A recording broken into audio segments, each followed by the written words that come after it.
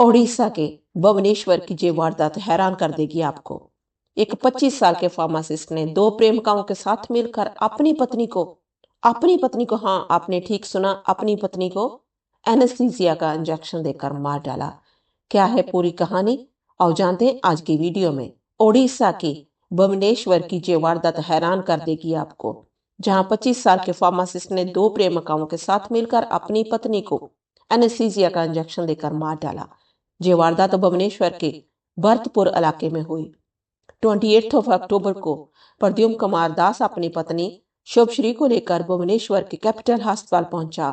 प्रद्युम्न ने बताया कि शुभश्री ने आत्महत्या की कोशिश की है। तुरंत डॉक्टरों ने महिला का इलाज करना शुरू कर दिया।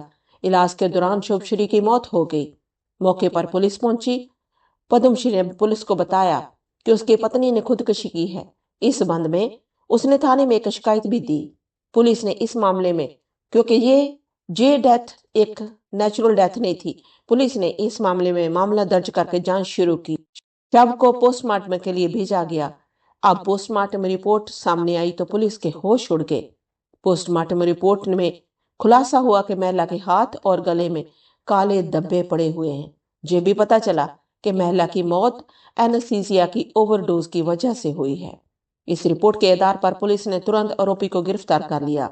जब उससे सख्ती से पूछताछ की हुई तो उसने अपना जुर्म कबूल कर लिया। आरोपी ने बताया कि उसका दो लड़कियों के साथ अफेयर था। उसने अपनी दोनों प्रेमिकाओं के साथ मिलकर इस हत्याकांड को अंजाम दिया। आरोपी ने बताया कि उसकी पत्नी इसका विरोध करती थी। कई बार प्रद्युम्न से उसकी पत्नी शुभश्री की बहस भी हुई थी, लड़ाई भी हुई थी, क्योंकि उसका अफेयर था बाहर। इसलिए इस वजह से 8 महीने पहले शुभश्री अपने पति से अलग अपने मायके में रह रही थी।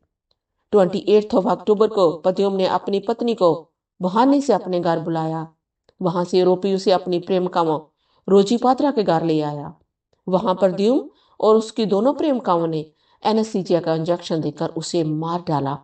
पुलिस के मुताबिक रोजी पात्रा और अजीता भुइया दवाई की दुकान में काम करती हैं। वहां से वो ये इंजेक्शन ले आई थी। इतना ही नहीं, आरोपी ने एक कहानी गढ़ी। साजिश के तहत उसका पति उसे अस्पताल ले गया।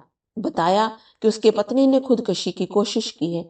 बाद में अस्पताल में शुभश्री की मौत हो गई। बहरहाल पुलिस ने प्रद्युम्न और उसके दोनों महिला मित्रों को गिरफ्तार कर लिया।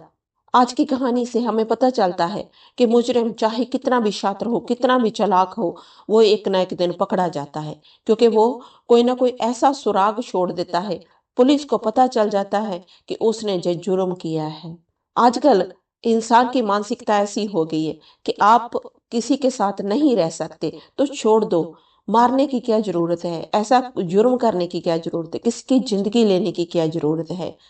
पर ये बंदे को क्राइम करने के बाद में समझ लगता है कि उसने क्या कर डाला, उसे क्या नहीं करना चाहिए था।